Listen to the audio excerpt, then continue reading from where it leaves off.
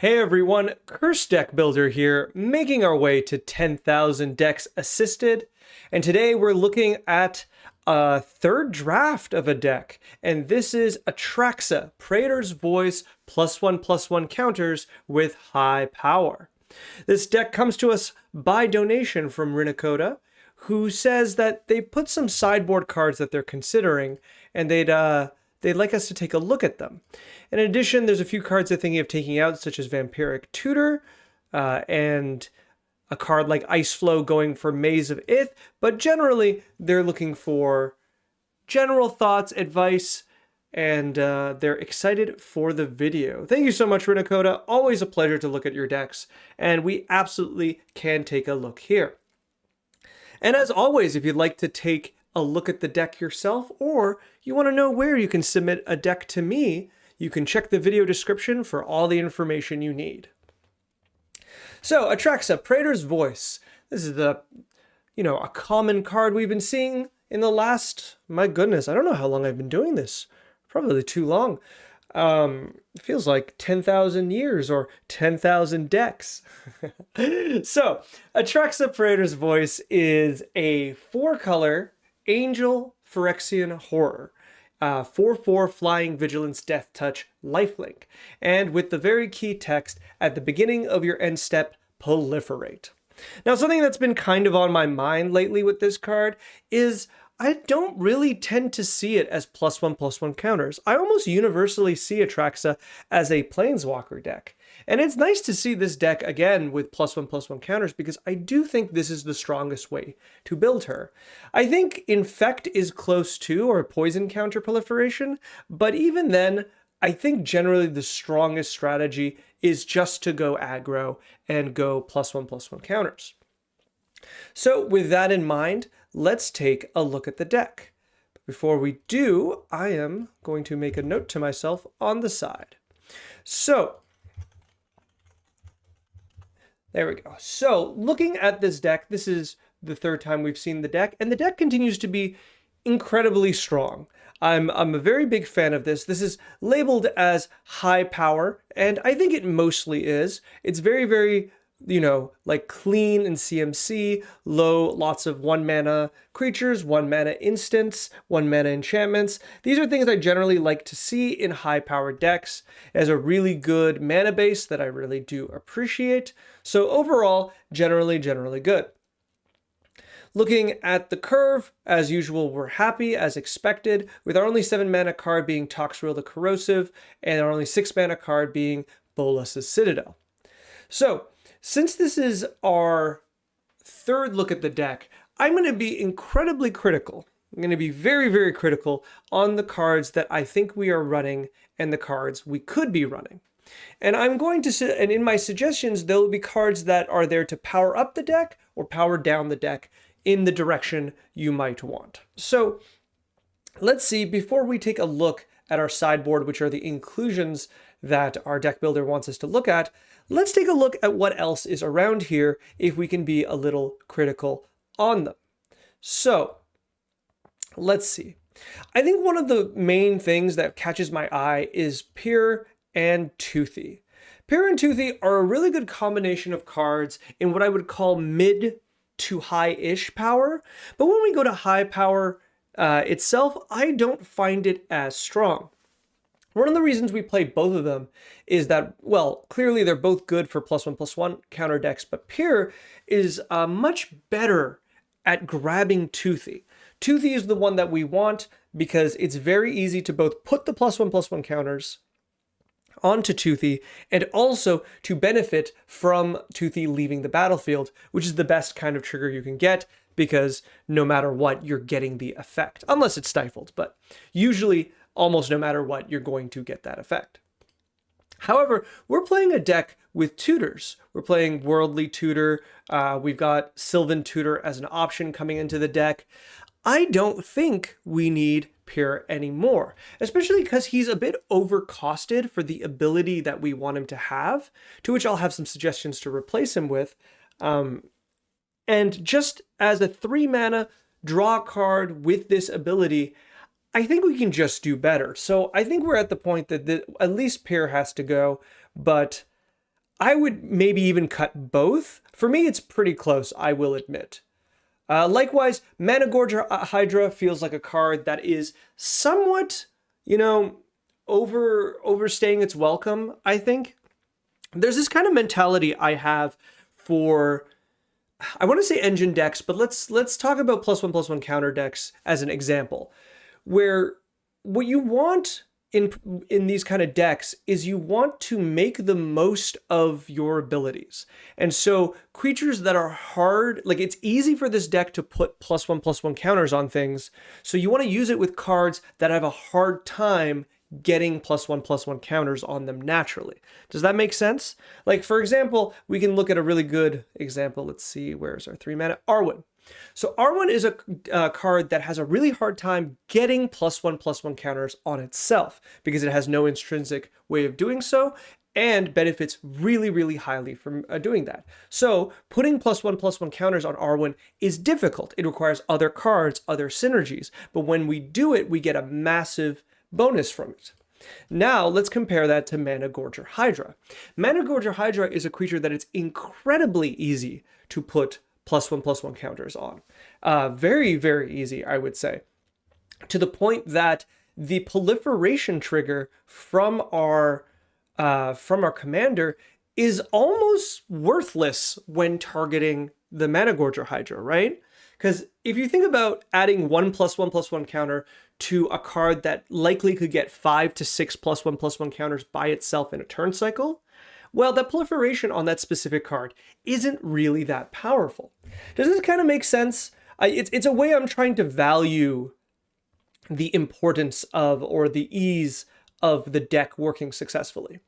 Something else, another comparison would be, let's see. So we got a Hydra and whenever. And I believe the CMC is 1. So let's see. Wildwood Scourge. Yeah, Wildwood Scourge is a different kind of example, right? So Wildwood Scourge is similar in the sense that Wildwood Scourge will grow really, really quickly. Now, it's a different card. I'm not just suggesting this as a 1-for-1 trade. I'm just trying to make my point with Proliferate. But Wildwood Scourge grows really quickly in this deck. Every time another one of your creatures get a +1/+1, Wildwood Scourge will get a +1/+1. But because of how it works, Atraxa's Proliferate effect is so valuable to the Wildwood Scourge because each trigger can easily put 4 to 5 different counters onto it because every other creature gets proliferated, and all of a sudden Wildwood Scourge gains that many +1/+1 counters. I find that to be incredibly, incredibly strong, and this is a card I would think that works a lot better with Atraxa than Managorger Hydra. Still, I leave it up to you. I don't think it's I don't think you should necessarily trade them 1-for-1, but I think that kind of mentality is something you should be thinking of when playing a proliferate commander such as this. All right, looking beyond that, Primordial Hydra, I think, is another example that's kind of like this. Though this card is a big beater, I think we're kind of past this big beater at this power level. At this power level, I'm expecting you to make all of your creatures big beaters and to be attacking every turn. So having one that's slightly bigger isn't as attractive to me, especially when it has no natural resilience to like board wipes or targeted removal. So for me, like I wouldn't pay more than 3 for this, right? If I'm like X being 1, because the second after you do that, it's just going to be so much more, like you put so much mana into something that can easily die. Whereas if you have Atraxa out, that 1 counter becomes 2, and then upkeep, that's 4. I think that's already good enough. So maybe if you only play X as 1, I would like it, but it's close because it's just kind of a big dumb beater. And I don't know at this power level that's really going to cut it. All right, Toxrill the Corrosive. This is a hard one for me to talk about because I think it's a really, really cool inclusion. It is a very, very strong card, and I think we're very, very happy to be running a card such as this. But here's the thing. This card is just straight up 7 mana to cast, right? We can see the rest of our deck. We have other ways of like, we can ramp into cards, and we also have Eldritch Evolution and Neoform. However, obviously, that's not an option for Toxrill because Toxrill is too far into the mana value train. That's what I'm going to call a curve from now on, I guess. And so there's no way to cheat them out. So we're playing this fairly. And I'm going to be honest, this is not a good card to play fairly at this power level. You're going to be counterspelled really, really often, I think. And even beyond that, you know, this is a creature that gets removed pretty easily. It doesn't have an ETB. If this was on ETB and each end step, or something probably fairer than that, like on ETB and each upkeep, I think that would be a lot better. But this one still needs to survive till your end step.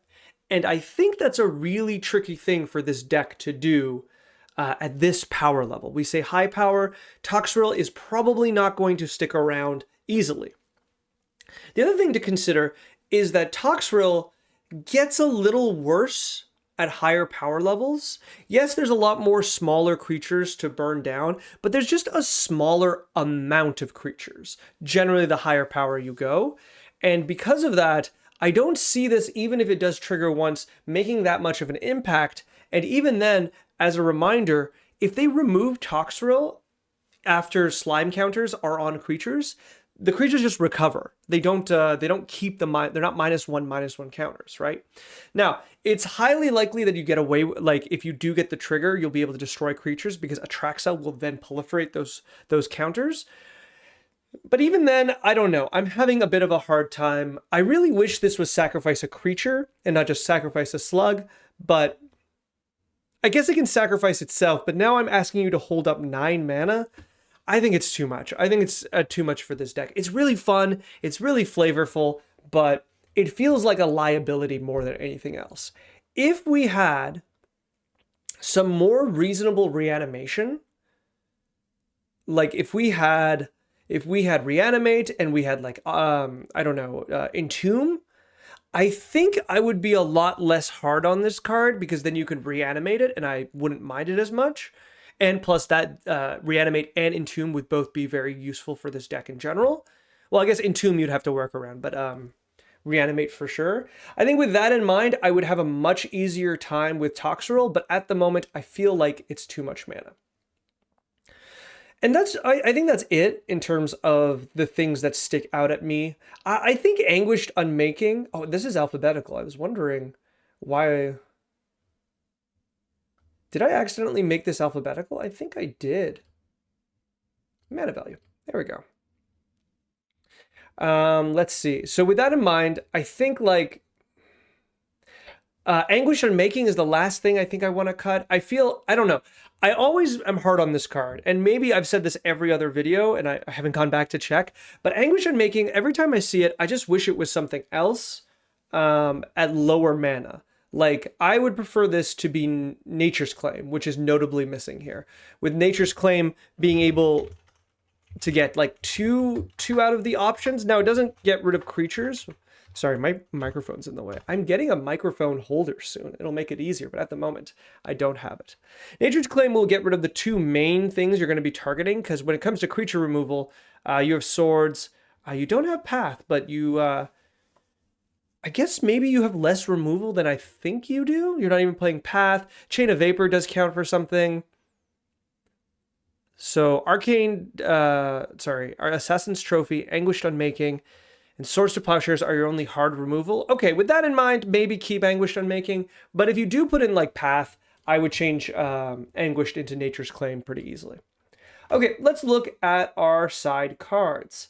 So Ice Flow is fine. I don't know. I don't really see it being that much of a difference. It's definitely better than Maze of Ith, but I don't think you particularly need to run either of these cards. I don't know. Are you being aggroed out often? You have a lot of blockers and a lot of your creatures get very big, very fast. I don't think stopping single attackers is really where you want to be. You can spend that energy a lot better. And the fact that both of these cards need either Urborg or noticeably missing Yavimaya Let's see, where are you? I know you're here. There you go. Yavimaya. Both of these are the only ways to make this card tap for mana. I don't like it as much. You need to, like, if this is in your opening hand, I don't know how much you like it because Atraxa is really difficult to cast. You need 4 mana and 4 mana of specific colors, and this does not tap for any colors naturally. And when it does, it taps for a color you already have because you have the Urborg or the Yavimaya. I don't really think you need this personally. I think I would even just drop Maze of Ith as well. I don't think either of these cards are particularly interesting to the deck. I think you'd be happier with just a different utility land. Swansong is great. At this power level, you're very happy for Swansong. Agatha's Soul Cauldron is interesting to me. Because the thing is, you do have a lot of targets, but they're really, really specific, right? The idea is that if you exile one of your creatures, you're going to get that ability, activated ability on all of your other creatures. Now, I'm going to suggest one that I think is the best in slot for this. But looking at everything else, like you've got some nice choices. Mikaeus isn't that bad. Let's see. Incubation Druid is also good for 3 mana. I don't mind that. What was the other one? There was one that I saw that I was like, yeah, that's it. It's Dauthi Voidwalker. So Dauthi Voidwalker is probably the best one you can get because the cards that are exiled while Dauthi Voidwalker is out are going to be always usable by other Dauthi Voidwalker style cards. So once you've exiled enough cards and lost Dauthi Voidwalker or sacrificed it, the rest of your creatures are going to be able to sacrifice themselves to cast other people's cards. And I think that's really, really good. Though I will note there's maybe not a nombo, but it's a bit of a difficult thing to do, mainly because so you need, by the time Dauthi Voidwalker is in the graveyard and therefore can be activated by the Soul Cauldron, or be targeted by the Soul Cauldron, you can no longer exile cards. So there's a bit of a game of like, how long do you wait in order to do this for? And I think it's close. So there might be situations where you're going to quickly get rid of the Voidwalker so that you can use the Soul Cauldron, but you're only going to have like 3 or 4 targets, but at this power level, maybe that's enough. So maybe that's enough, I don't know.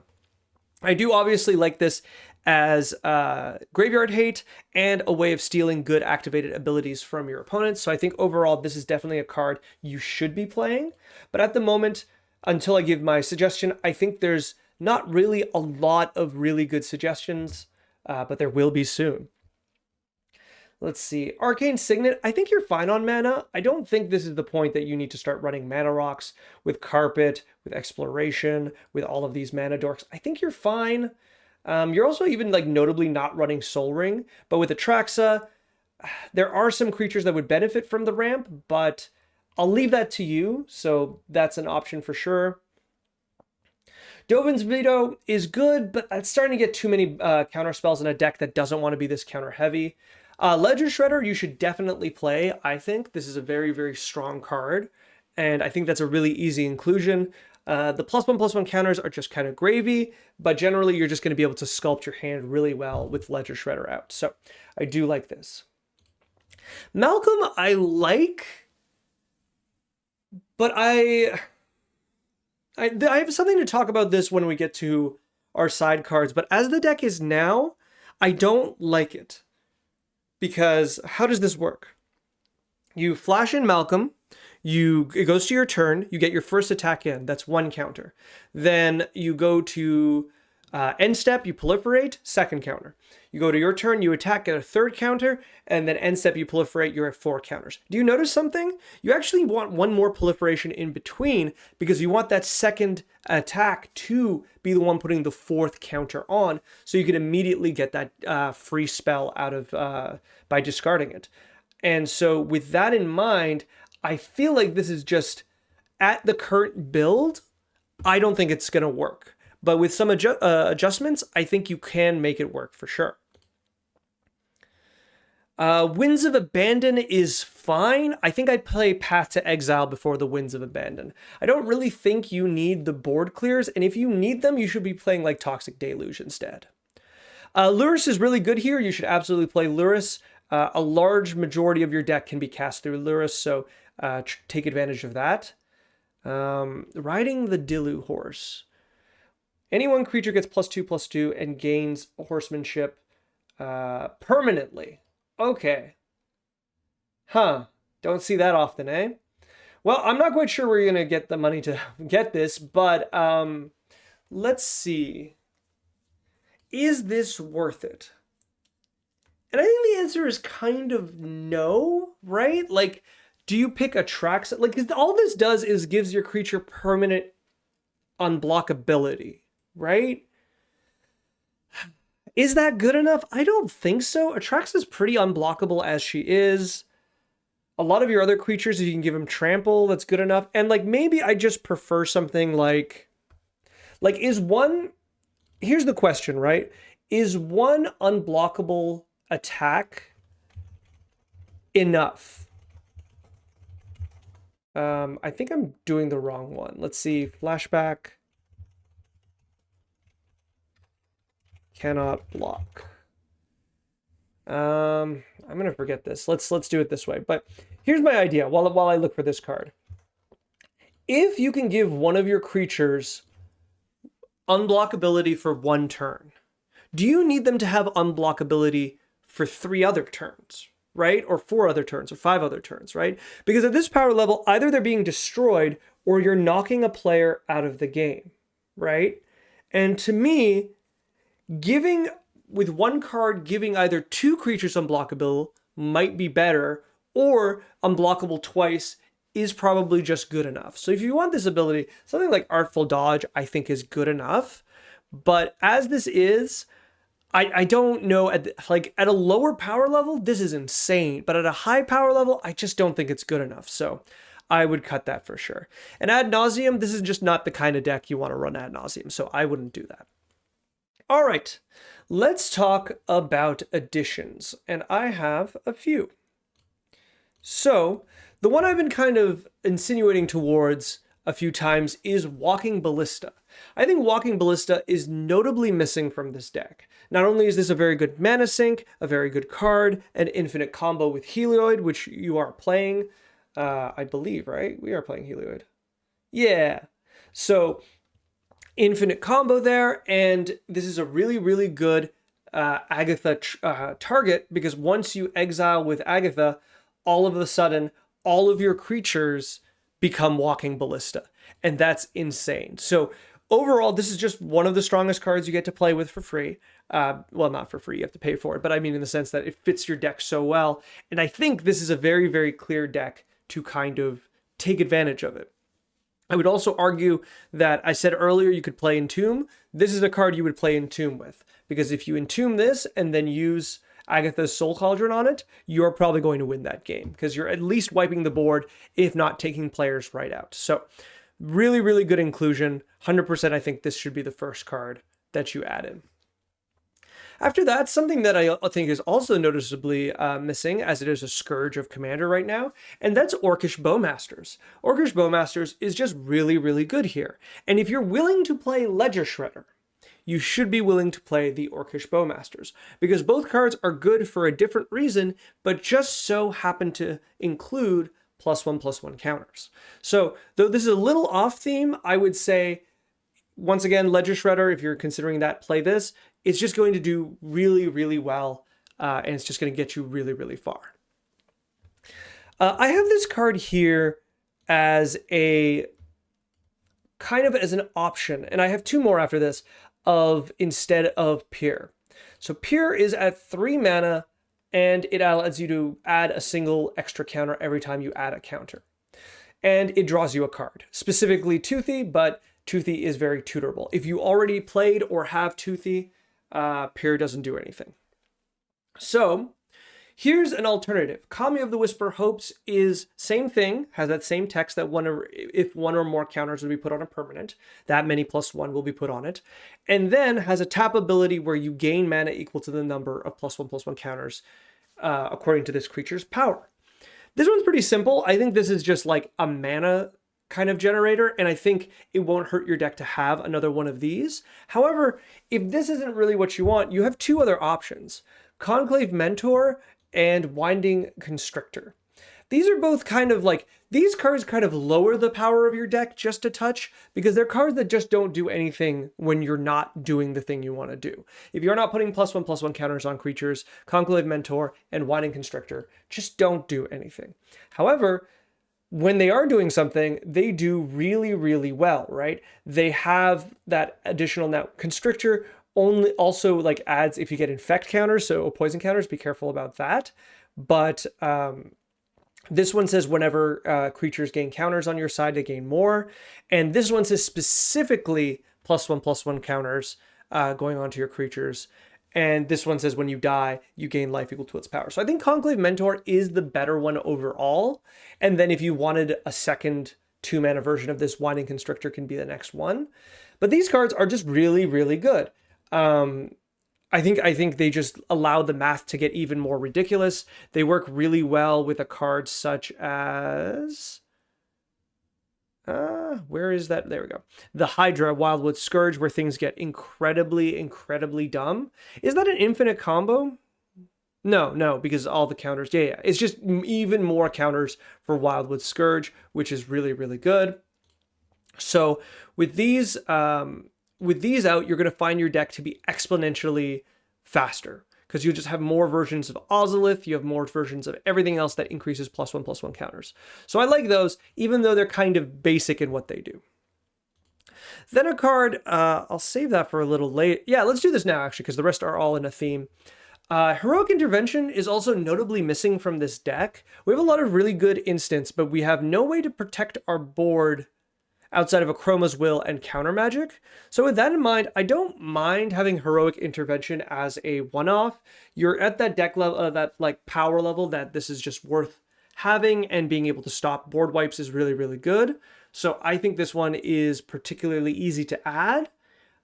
So I like it. I guess there's not much more to say. This is a very, what you see is what you get card. But let's go into the last ones, because there's something I noticed about this deck.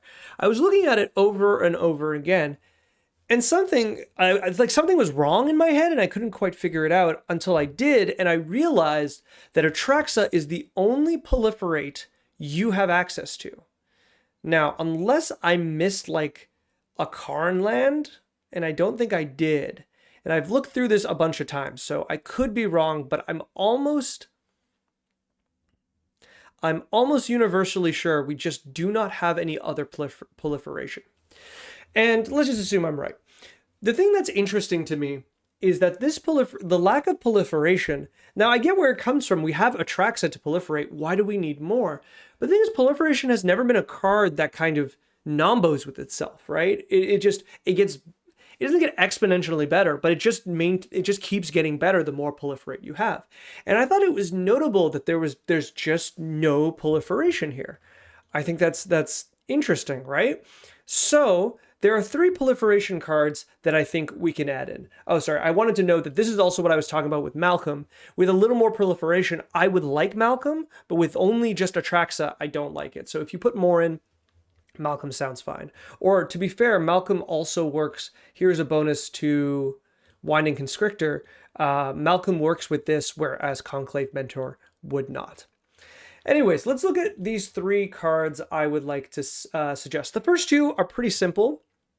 They are basically the same card, and that's Flux Channeler and Evolution Sage. Evolution Sage gives us proliferation on landfall, and Flux Channeler gives us proliferation on non-creature spells. And both of these are good. Honestly, with instants, artifacts, enchantments being more than your creatures, that's a big amount of your deck right here. And so Flux Channeler is really, really good. And then, of course, since you're playing fetch lands, Evolution Sage is also very, very good. Now, both of these cards are 3 mana, and they do benefit from like playing things like Soul Ring, which you're not currently playing, as they are easier to cast with that 2 colorless. But I will suggest them anyways, because I think they're really, really strong here.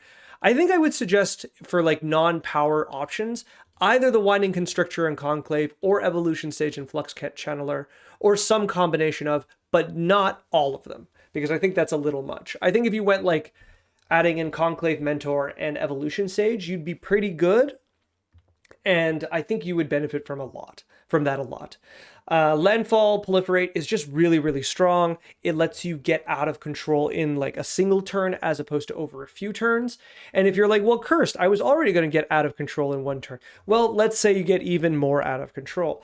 +1/+1 counters are a kind of deck that like they get really big really fast, but those first few turns, the difference with attacking like with a 5/5 and an 8/8 do matter, because usually at the end you're trying to get that last point of damage in.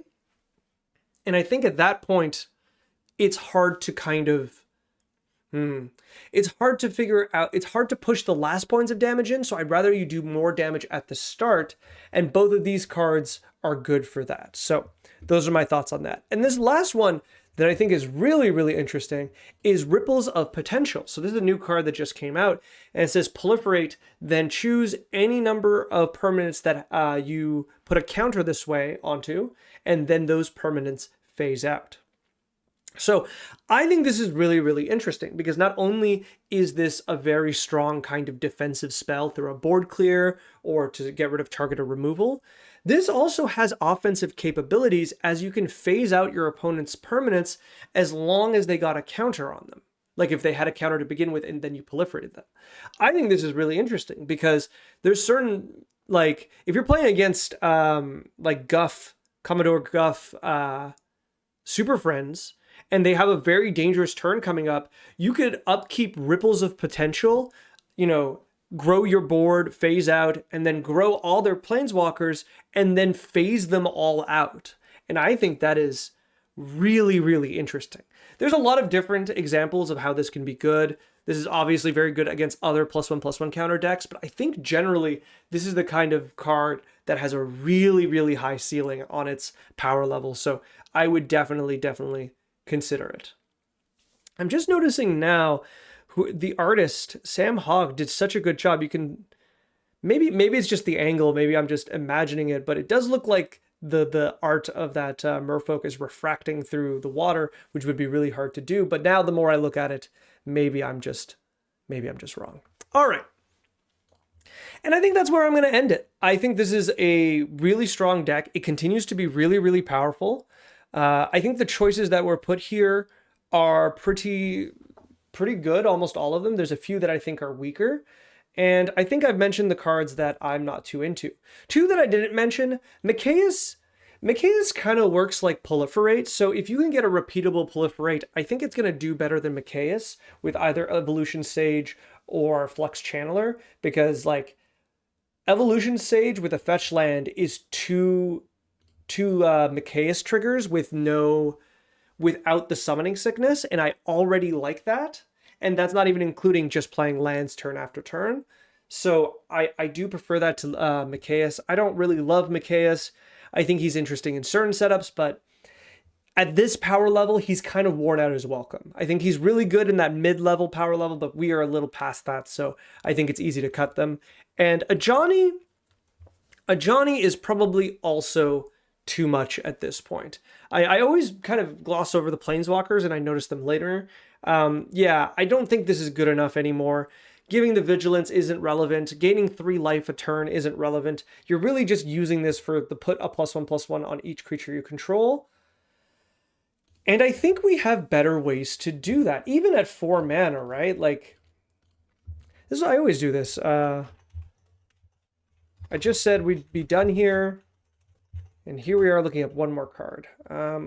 Let's do Sorcery. I'm sure we could even find it at instant speed. Like, look at that. Basri Solidarity, 2 mana to do the same effect once.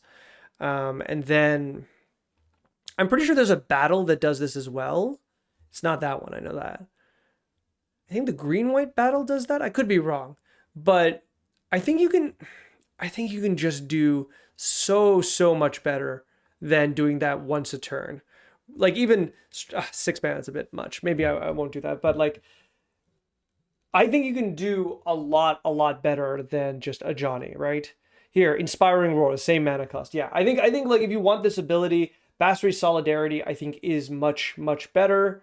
And then if you want something else, I think you can just Attempted Murder is very funny to me. I think you can find it a little better off of something else. or just not use that ability. Honestly, I think you don't need it at this point. I don't know. That's my opinion. I don't really like a Johnny in this kind of situation. So, all right. This time for sure, I'm going to say this is where we're closing out. Thank you so much, Runacoda, for setting this deck again. I love seeing it. I love seeing +1/+1 counters, Atraxa. I think it is a very, very strong deck, and I think it'll do you really well. I hope these suggestions, work out for the deck, and if you want to send me any other deck or another draft of this deck, maybe 4's the right charm, right? Fourth time is the charm, I should say, but there is a link in the video description that you can send me more decks. And if you'd like to like, comment, subscribe, please do so. I'd be very, very happy. All right, good luck.